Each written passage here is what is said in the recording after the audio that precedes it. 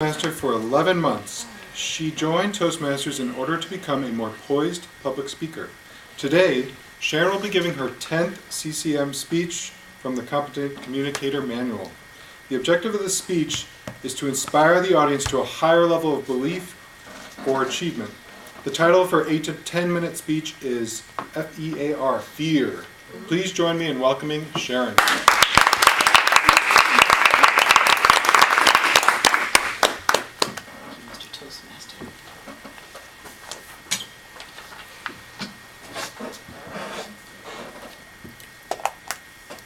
How many of you have ever been afraid of a monster under the bed or in the closet or even what's coming next?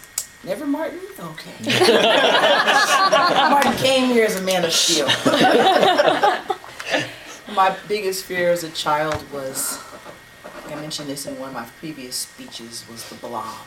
The blob just coming and taking over me. It was a big ball of gooey stuff that killed everything in its wake.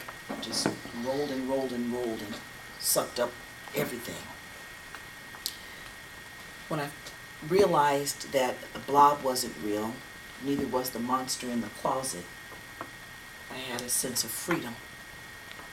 Wasn't afraid to look under the bed. Wasn't afraid to sleep with the lights off. Wasn't afraid to look out and hear or see what the noises were that I would hear coming down the hall. As I got older, started to mature, I realized that I had replaced one fear with another. As a child, I was fearful that kids wouldn't care for me or wouldn't like me. I shared in an earlier speech, maybe my icebreaker speech, about moving from Albuquerque, New Mexico here to Los Angeles in the middle of my kindergarten year and not being accepted by the kids because they had already formed their relationships and their friendships. Each time we moved to a different school or different location, started all rolling all over again. Would I be accepted? Was I kind enough? Would they be kind? And all these questions because you have the fear of rejection, fear of not being accepted. As I got older, I realized another kind of fear of whether you're good enough. So I want to talk today a little bit about the acronym FEAR, which is false evidence appearing real. When I go back in my mind about what I just mentioned about being a child, it's false evidence that I would see on TV. It wasn't real. Neither was the monster in the closet. As I got older and started dealing with the children and just being myself, I realized that all the anxiety that I had, it was for naught. Because those who liked me would like me. Those who wouldn't, didn't. There was really nothing I could do about that. I learned to become pliant. Learned to bounce back after each setback. A lot of times as adults, we allow the fears of, again, whether we're good enough, whether we have the right skills, whether we speak correctly in front of other people, we allow those things to hold us back. Keeps us a lot of times for applying for different jobs or going forward in our careers or doing some other things that we have dreamt about but never did. One of my favorite sayings is, the cemetery is filled with dreams unfulfilled. Scripts unwritten, books unwritten, songs that haven't been sung. The reason why? A lot of times it had to do with fear. Fear that they don't have enough money to get that record deal. Fear that they're not going to be able to be popular enough to make it in the world. Fear. Fear can paralyze you. Has anybody ever been chased by a dog?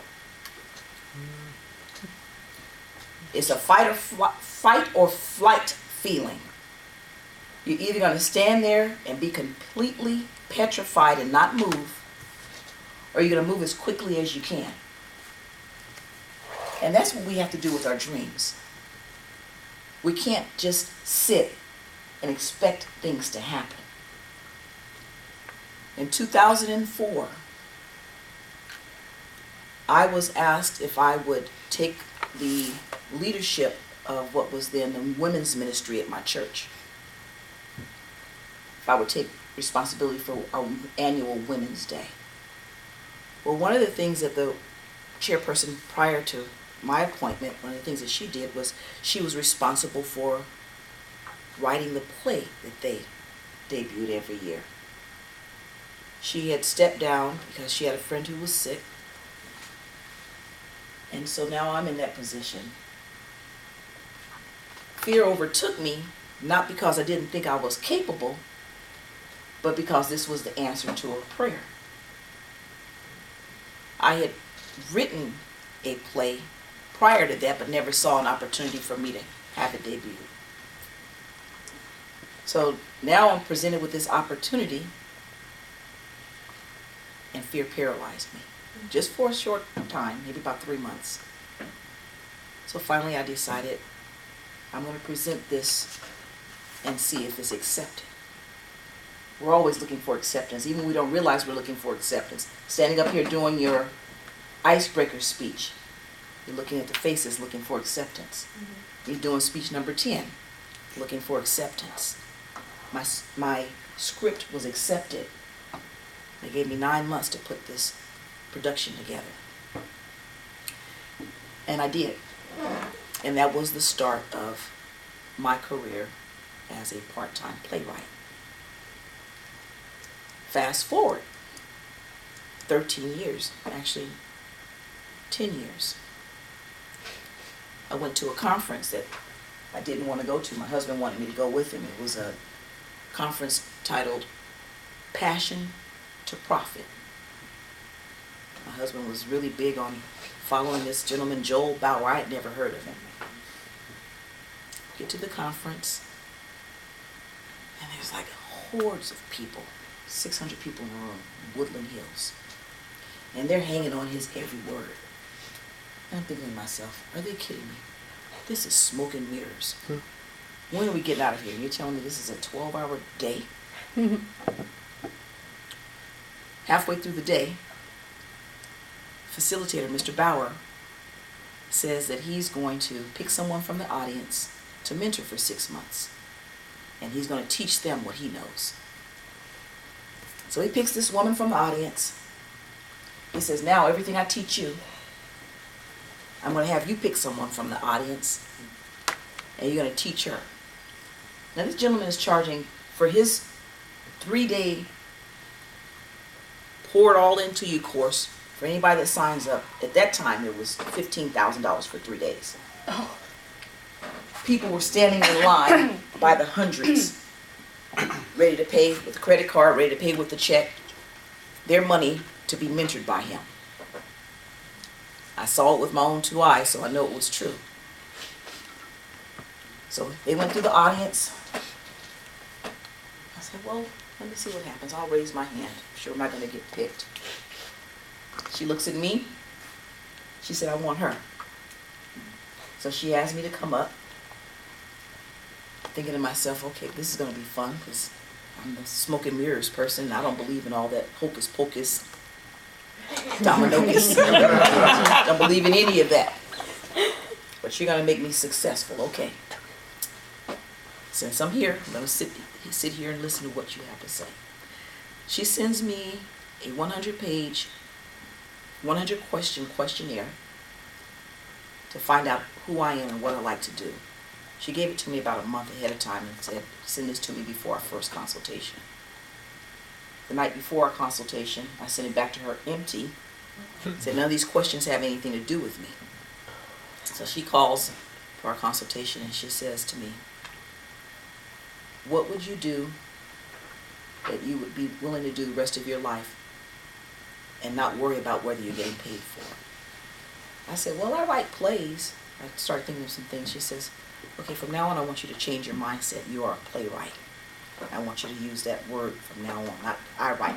I write plays. I shrugged my shoulders. So then she asked, have you ever thought about taking any of your plays to a theater? Now keep in mind, all my plays for the previous 10 years I had done for free in churches. So I'm thinking to myself, people are not going to pay now that I've been doing this for free. June of 2013, rented out my first theater, debuted my play to a sold-out audience, and have been doing so ever since. So I'd like to share with you a way to turn fear, false evidence that appears real, into face everything and rise. Don't be afraid to step out on your dreams. Chase them. Otherwise, you're going to just sit and be paralyzed. Believe in yourself, because if you don't, no one else will. And lastly, haters are going to hate. Let that propel you to do exactly what you need to do as you're telling them goodbye. Thank you for your time.